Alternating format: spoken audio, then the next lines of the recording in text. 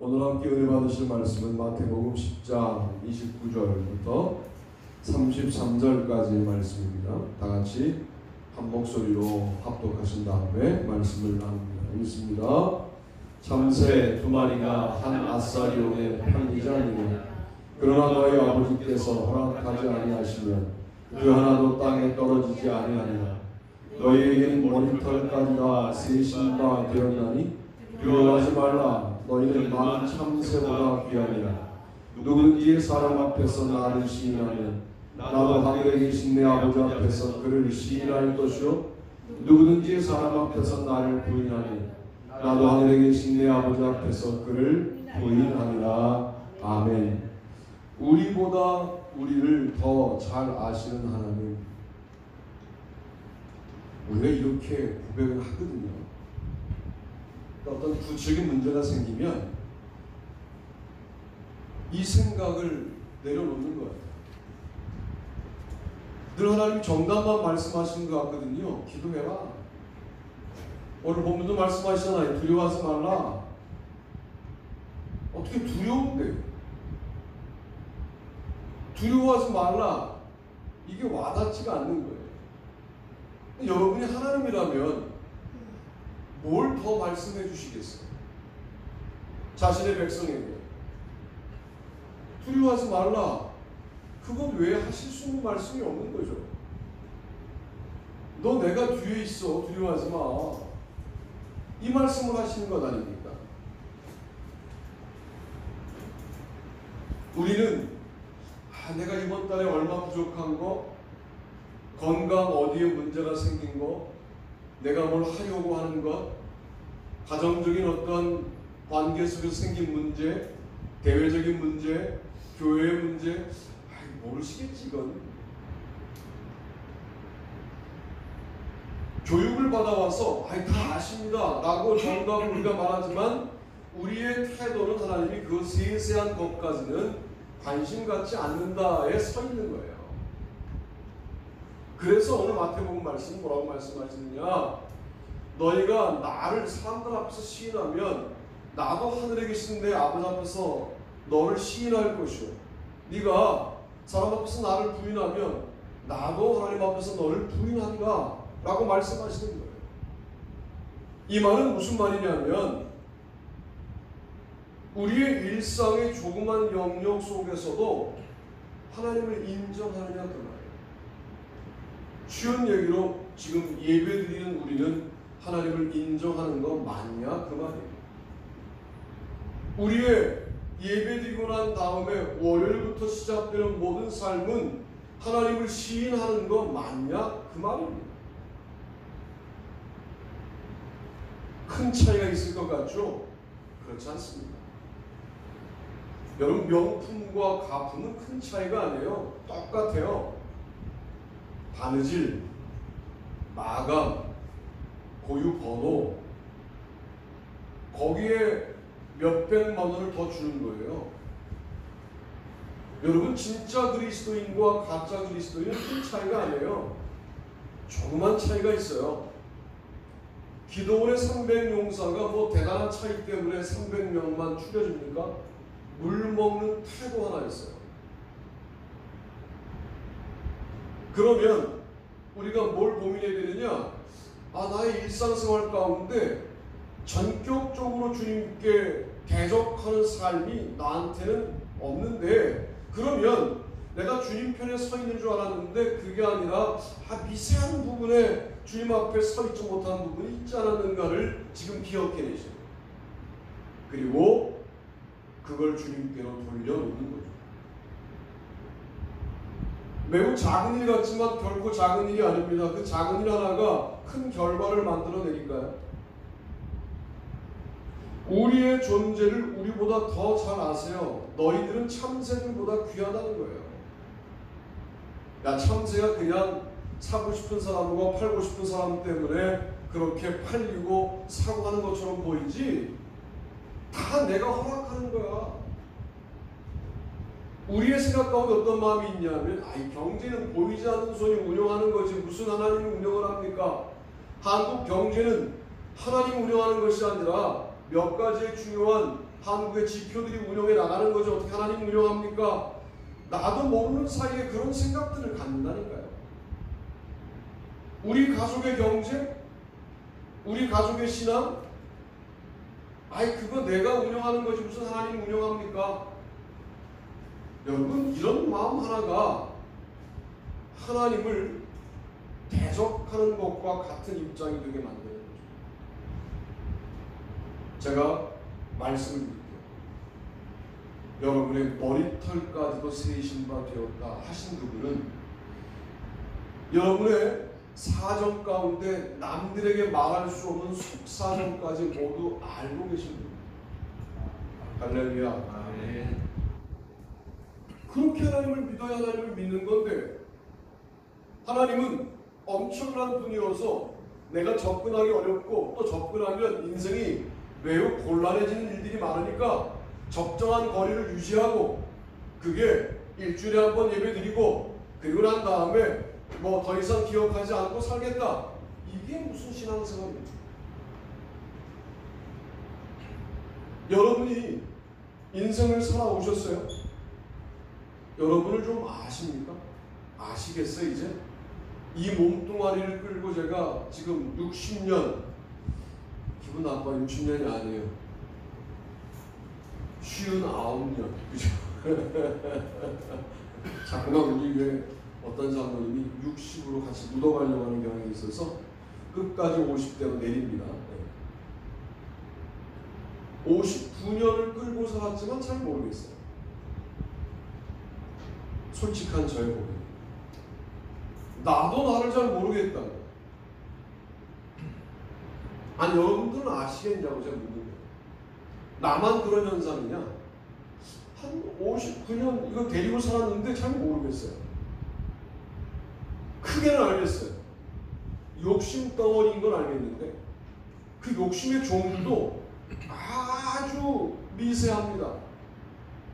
설명이 필요한 욕심들이 꽤 많이 있습니다. 잘 모르겠어요. 어느 때는 좀 통제가 되다가 어느 때는 통제가 또 안 돼요. 그렇게 말에 대해서 설교해 놓고 동료 감리사들 만나면 제가 제일 말을 많이 해요. 평생 안 고쳐져요. 이것도. 참 모를 존재다. 그런 생각이 드는 겁니다. 여러분은 여러분의 인생을 지금껏 살아오셨는데 그러면 여러분의 인생에 대해서 뭐가 되어야 돼요? 전문가가 되셔야 돼요. 여러분 전문가는 한 분야에서 정말 코피 터지게 한 10년 공부하면 어느 정도의 길이 보인다. 근데 우리는 우리 인생을 지금 59년째, 60 몇 년째, 40 몇 년째 살고 있는데 아직도 모르겠어요. 왜 그럴까요? 우리 인생이 우리 게 아니란 생각 안 해보셨어요? 이거 끝까지 우리 거라고 착각하고 살면 마지막 돌아가실 때도 회한과 후회와 안타까움으로 눈을 감으실 거예요. 이렇게 백날 이야기해봐야 사실은 본인에게 와닿지 않으면, 본인에게 그런 경험이 오지 않으면 우리는 결코 급해지지 않죠. 급해졌다가도 지나가요. 그것을 시간이 약이라고도 하고 시간이 답이라고도 하는 우리들의 삶의 방식이에요. 하나님이 우리의 날숨과 들숨을 모두 감각하신다. 그래서 영성가들의 기도가 날숨과 들숨에 주 예수여 우리를 불쌍히 여기시옵소서. 숨 쉬는 것을 할 때마다 이 말을 하고 기도를 했고 이 말을 할 수 없을 때는 그런 의미를 담아 숨을 쉬었다는 것 아닙니까? 그러니까 24시간을 주님과 동행했다는 거예요. 왜?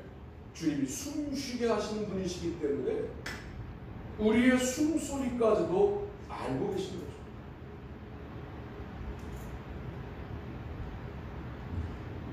참새 2마리가 한 아사리온에 팔리지 않는다. 그러나 너희 아버지께서 허락하지 아니하시면 그 하나도 땅에 떨어지지 아니하리라. 참새가 잡히지 않게 하시면 팔리지도 않을 텐데 왜 잡히게는 하셨을까? 내가 주님의 것이면 이 고난과 저 고난을 요리조리 피하게 하시지 왜 고난을 당하게 하시고 고난을 통하여 배우게 하실까? 같은 종류의 질문 아닙니까? 고난을 잘 준비하면 피해갈 수 있다는 것을 인간들은 능력으로 알아요. 자, 기후 문제에 대해서 요즘 인간들이 취하는 태도가 뭐냐면 조심하자.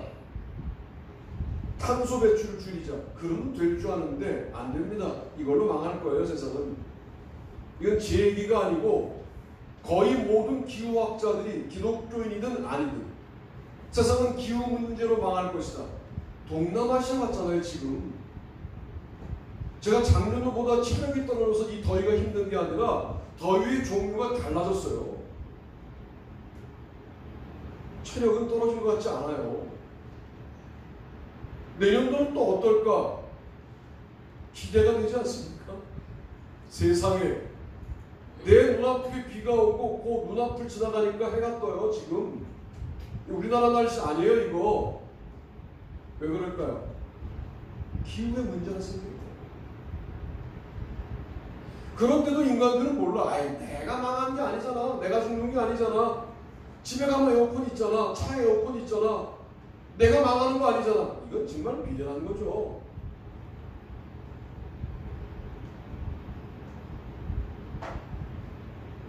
주님이 우리가 당하는 모든 문제를 알고 계신다라고 하는 것에 관련하여 여러분 철저하게 묵상하세요.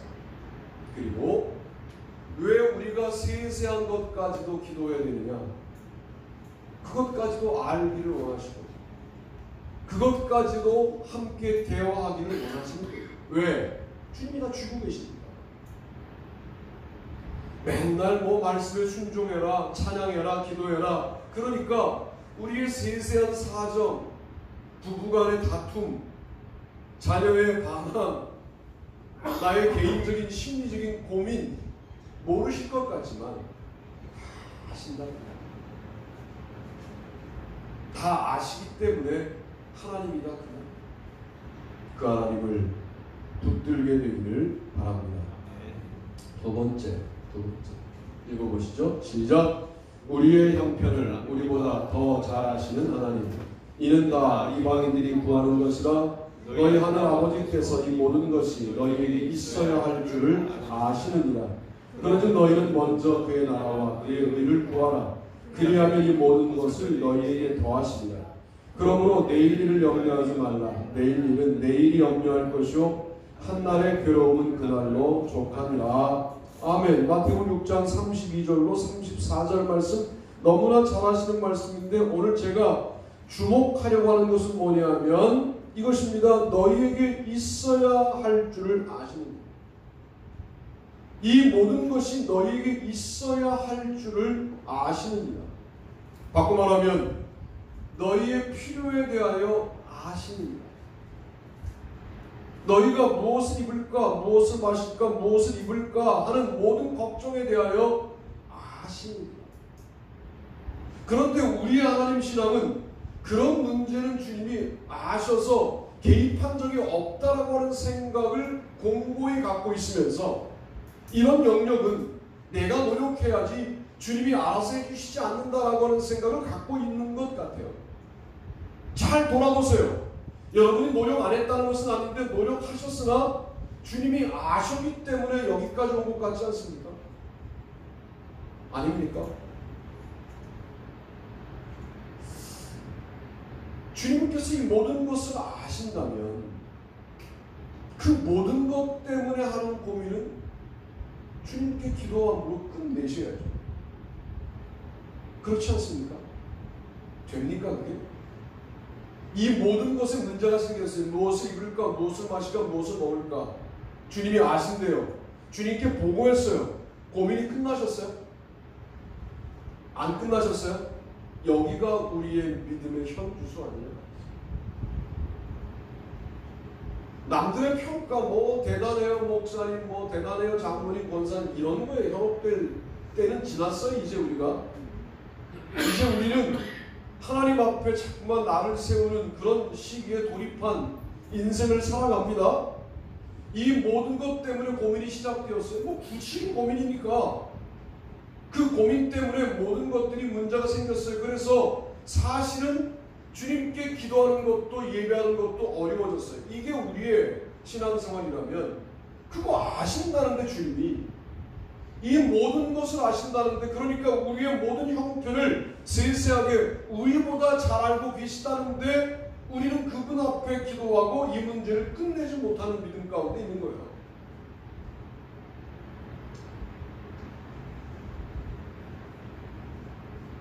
한참 열심히 공부할 때 뭐 하나님 죽음의 신앙 있다는 이야기를 하더라고요. 조직신학에서. 조직신학에 구원이 없는 것 같아요.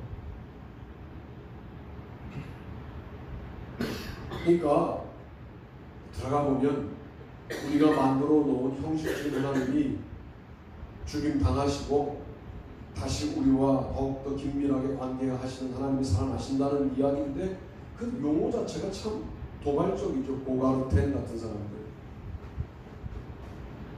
그러지를 않나? 뭐 프로세스 디얼로지, 그래서 우리만 변하는 게 아니라 하나님도 변한다고 하지 않나? 그들의 논리는 뭐냐면 우리가 사랑함으로 변한다면 우리의 사랑을 받고 또 사랑하시는 하나님도 우리와 함께 변의 하나님 아니냐? 이렇게 말한다거나.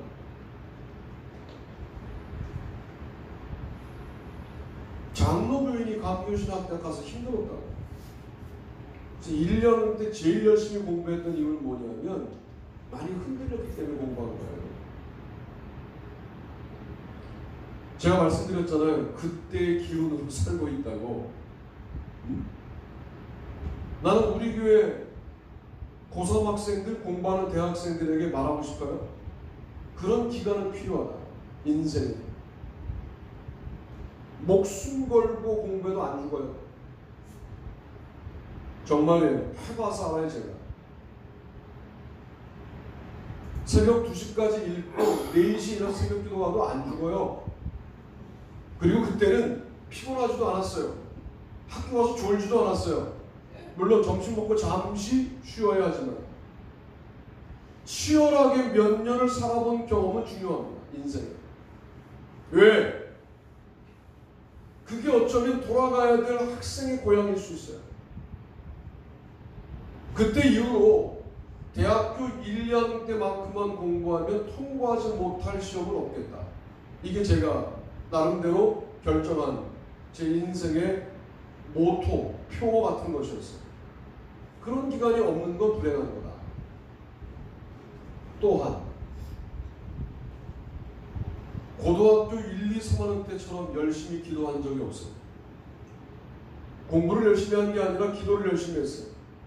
거의 교회에서 철학이 됐던 것 같아요. 나에게 신앙적인 문제가 생기면 그때만큼 열심히 기도하면 해결되지 못할 일이 없다 라고 하는 어떤 지점이 있어요. 그게 고등학교 1, 2, 3학년이에요. 그런 경험이 영적으로 있는 것도 꽤 아름다운 것이다. 이런 두 가지가 다 없다면 뭐하러 지금 이 더운 날 교회 나와가지고 이 고생을 하세요? 그걸 달라고 기도하셔야 돼요. 그거 몰라도 괜찮다고요? 아니에요. 그걸 모르는 인생이 느끼는 인생의 충만감과 그걸 아는 인생의 충만감은 질적으로 달라요. 도전합니다. 모든 것에 끌려다니지 말고 모든 것을 아신다고 하셨으니 주님께 아뢰고, 걱정이 막 올라오지만 주님 걱정을 끌어낼 수 있는 능력도 달라고 기도하시고 하여 주님이 그것을 누르고 역사하시는 것을 경험하는 참 은혜로운 경험이 우리 가운데 회복되게 되기를 주님의 이름으로 축복합니다. 아멘. 사람이 떡으로만 살 것이 아니요 하나님의 입으로부터 나오는 모든 말씀으로 살 것이니라 할 때 이 모든 것을 인정하시는 거예요. 떡으로도 산다가 전제되어 있는 겁니다. 여러분 떡도 먹지 말고 말씀으로만 살아라. 이건 이단이에요. 떡도 드셔야 돼요. 그러나 떡에 대한 문제에만 몰두하여 말씀에 대한 집중력이 사라진다는 것은 좀 슬픈 일입니다. 여러분, 이런 말씀을 드릴 수 있어요. 우리에게 실제가 뭐냐 이거예요. 우리에게 실제가 뭐냐? 우리 아들이 대학 가는 거 그건 실제죠. 지금 우리 아들이 취업하는 거 실제예요. 우리 아픈데 나는 거 그 실제야. 우리 가정의 경제 문제 이게 실제야. 그런데 성경은 뭐라고 말씀하시느냐? 내가 너에게 하는 말이 실제라는 거예요. 실제의 개념이 혼동이 왔다고요. 우리가 지금 여러분, 하루가 천년 같은 하늘의 시간에서 바라볼 때 80년, 90년이 눈 한 번 감고 뜨는 이 시간을 사는데 우리가 그렇지 않습니까? 이 시간 동안에 사는 모든 우리의 경험과 고민과 이게 실제가 되어버리고 이런 모든 것들을 관조할 하늘나라의 실제가 더 이상 실제로 여겨지지 않는 신앙생활은 하나님 입장에서 얼마나 답답하시겠습니까? 그래서 이런 말씀들을 남겨놓으셨다고 저는 믿어요. 내가 다 안다. 이 모든 건 너에게 필요하고 내가 다 안다. 내가 안다니까 나에게 기도하라는 거예요. 여러분, 기도했는데 바로 안 돼요. 이럴 때 기도해도 안 되는데 참 어떻게 그렇게 간장종지만한 판단과 믿음을 가지고 우리가 일생을 사는지 모르겠어요. 안 됐어. 이번 달에 안 됐어. 그냥 나 끌어안고 살았어요. 그리고 연말 결산할 때 보니까 야, 그거 안 된 게 아니네. 내가 한 것보다 훨씬 더 멋있게 그 골짜기를 지나왔네. 그제서야 깨닫는 게 미련한 우리지만 여러분, 하나님이 모두 아신다고 하신 이 말씀을 굳건히 믿고 여러분끼리만 걱정하지 말고 주님께 아뢰게 되기를 바랍니다. 세 번째는 이것인데요. 기니까 첫 절만 딱 읽어보겠습니다. 첫 절만 5장 10절만 딱 읽어봅니다. 읽습니다. 시작. 우리의 고난을 우리보다 더 잘 아시는 하나님, 의를 위하여 박해를 받은 자는 복이 있나니 천국이 그들의 것이니라. 아멘. 팔복이라고 하는 거, 심령이 가난한 자라고 말할 때 그 사람을 수식하는 이 앞에 있는 부분이 분사군요. 분사.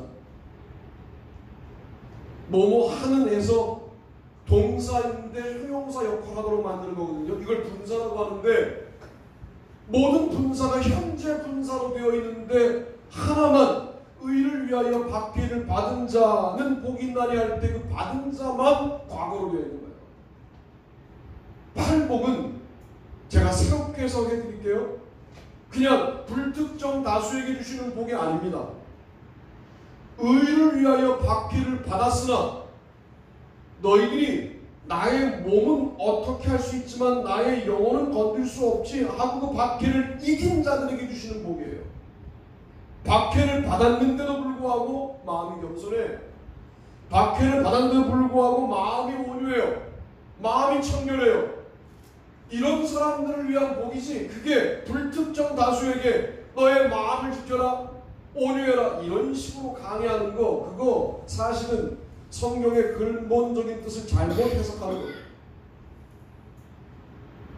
유대교 회당의 박해, 로마 황제의 박해 속에서 박해를 받았으나 통과한 자들, 이런 자들이 복이 있다는 거예요. 왜? 주님께서 박해를 받고 나면 뭘 알고 있느냐? 마음이 독해질 것을 알고 있는 거죠. 그래서 뭐라고 말씀하시느냐? 마음이 겸손한 자는 복이 있다고 말씀을 덧붙여 주시는 거예요. 그러니까 얼마나 우리를 잘 알고 계신 주님께서 주시는 말씀이 팔복이냐 말이에요. 박해를 받은 자가 뭘 해야 복이 있느냐? 박해는 통과했지만 여전히 박해를 통과한 다음에도 나의 죄악이 있음을 깨닫고 애통하는 자가 복이 있다는 거예요. 박해를 받았는데 마음이 독해져, 마음이 독살스러워져요. 나도 복수하리라 이렇게 마음 먹어요. 여러분 세상 문화의 거의 8, 90%가 복수의 문화 아닙니까? 복수의 문화예요. 여러분이 즐겨보시는 드라마의 모든 레퍼토리가 복수의 문화 아닙니까? 그런데 기독교는 거기에서 있지 않아요. 박해를 받은 너, 천국이 너의 것인데 어떻게 해야 되느냐? 온유해라 라고 말하는 거죠. 박해를 받은 너, 여전히 의에 줄이고 목마른 삶을 살아라. 박해를 한번 받았으니 이제 더 이상 박해가 없겠다가 아니라 계속해서 하나님의 의를 갈구해라. 박해를 받은 너, 박해한 사람마저도 긍휼히 여겨라. 박해를 받은 너, 마음을 청결하게 유지해라. 박해를 받은 너, 이제는 화평을 만드는 자가 되어라 라고 말씀하시는 복이 팔복이라. 우리의 고난을 이기고 나면 나 고난을 이긴 사람이야, 나 이래봬도 십자가를 통과한 사람이야 라고 말할 우리를 누구보다 잘 알고 계시기 때문에 주신 말씀이 마태복음의 팔복이라는 겁니다. 다 거기에 걸려있는 거예요. 지금 뭐라 그래요? 우리 집안이 순교자 집안이라고 자랑해요. 순교하신 분은 훌륭한 분이 맞습니다. 자기 집안을 순교자 집안이라고 자랑하는 너는 도대체 뭡니까? 이게 바로 의를 위하여 박해를 받았어요? 그 다음에 실패하는 거예요. 오늘 말씀을 반드시 기억하세요. 이런 정도도 아니에요. 교회를 위하여 헌신해 놓고 시험 들어요. 근데 말하잖아요. 아직 헌신하실 때가 아니라고. 지금 예배나 제대로 드리시라고. 헌신하고 난 다음에 시험 들 바에는 헌신하지 마시라고 라고 말씀드리는 것에 상처받으실 필요가 없어요. 이게 성경적인 말씀입니다. 헌신하는데 누가 안 알아줘? 아직 헌신할 단계의 믿음이 아닌 거잖아요.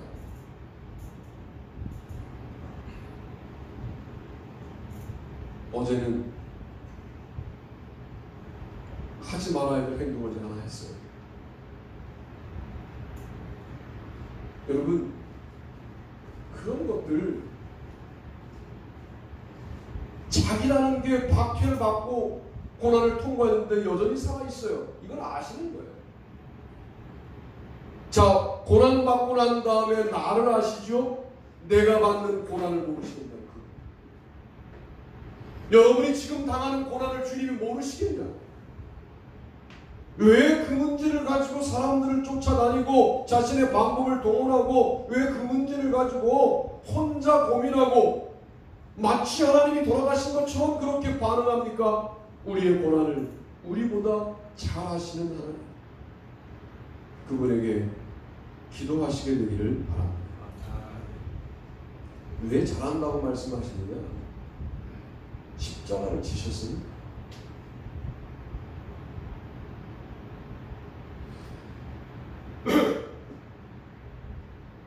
비유가 적절할지 모르겠지만 우리 예원이는 귀만 한 일이잖아요. 한동안 재활치료 받으러 가면 정신지체에 몸에 지체가 있는데 귀까지 안 들리는 거예요. 그런 아이들이 어머니 손을 잡는데 이 손 잡는 것만으로 안 되니까 몸을 막 흔들면서 계단을 올라갈 때 그 보조 발을 붙잡고 올라가면 참 마음이 안 좋죠. 제가 감히 우리 아들이 그런 아픔이 있다고 그 어머니에게 가서 제가 그 아픔 압니다. 이거는 지나친 얘기인 거죠. 그런데 그 어머니가 자기 아들도 귀가 안 들리는데 정신지체와 신체지체가 있으니까 우리에게 와서 제가 그거 얼마나 힘든 줄 압니다. 그럼 참 위로가 되겠죠. 여러분, 십자가의 고난이 어떤 고난이냐면 여러분이 일생 동안 당하는 모든 고난을 다 모아가지고 그분 앞에 가지고 가도 별거 아니게 되는 고난이 십자가의 고난이에요. 그래서 그분이 내가 너 고통하는 거 안다, 너 고난당하는 거 안다라고 말할 때 우리가 세상에서 받을 수 없는 위로를 그 십자가 아래에서 받는다고요. 그런데 우리는 왜 그렇게 십자가 앞에 나오기가 어려워졌는지 알 수 없어요. 왜? 십자가가 실제가 아니에요. 우리 이렇게 말씀을 듣고 세상으로 돌아가면 세상이 실제로 어느 순간 둔갑되어 있는 인생을 지금껏 살아오면서도 그리스도인이라고 착각하고 있습니다.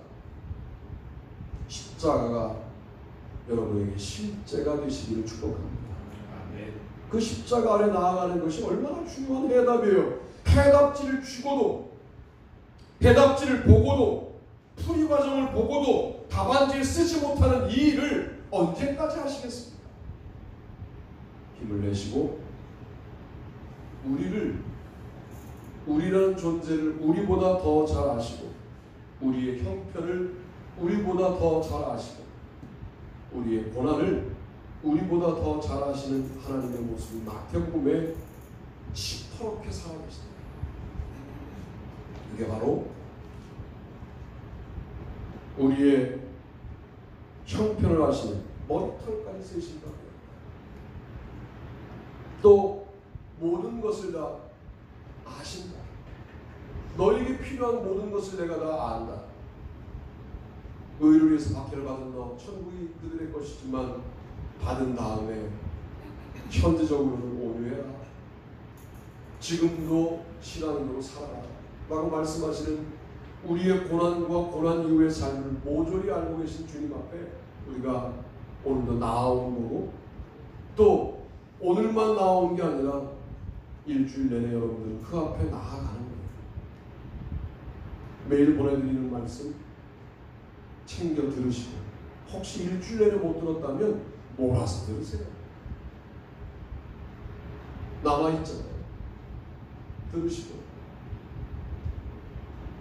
그리고 요즘 우리 강단에서 하나님이 하시는 말씀이 뭐냐를 좀 캐치하시고 삶에 적용하셔서 승리하시고 그 하나님과 더욱더 친해지는 여러분의 삶이 되시기를 주님의 이름으로 축복합니다. 다 자리에서 일어나시겠습니다.